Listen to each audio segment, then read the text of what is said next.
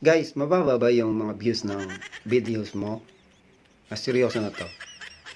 Okay.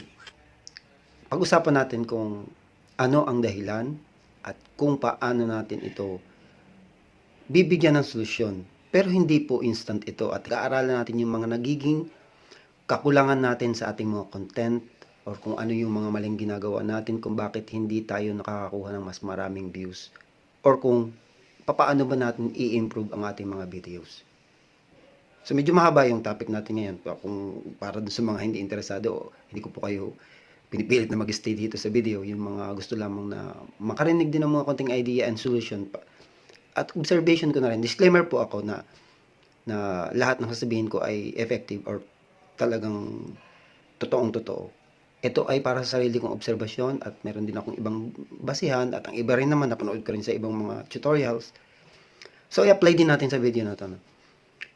Kaya binigyan tayo ni Meta ng mga insights dun sa ating mga videos ay para ma-monitor natin yung ating mga videos na ina-upload kung ano ang progression nito pagkatapos natin siyang i-post.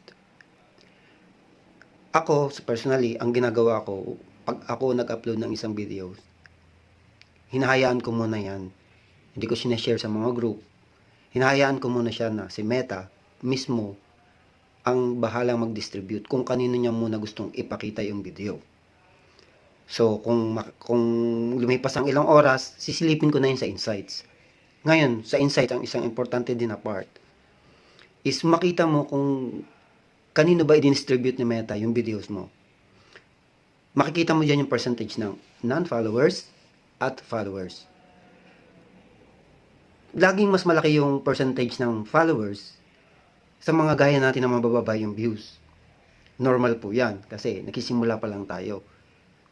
Pero dapat masanga rin natin na mas malaki na yung percentage ng non-followers natin. In that case, ibig sabihin noon, isinasuggest na tayo ni Meta sa wider audience. Kasi ang totoo, hindi naman lahat ng ating mga followers, kapag tayo ay nag-post ng videos, ay nakakatanggap ng ating mga videos sa kanilang mga video tab sa wall.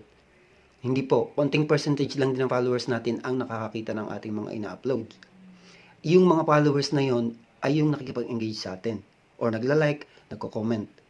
Pero yung iba na hindi naman masyadong nakikipag-engage sa atin, hindi niya masyadong makikita yung ating mga ina-upload. Pero bakit sinasabi ko na mas maigi yung mas maraming non-followers dun sa percentage ng viewers? Dahil ibig sabihin noon, mas malawak na ang naabot ng iyong video. Mas isinadjust na siya ni Meta sa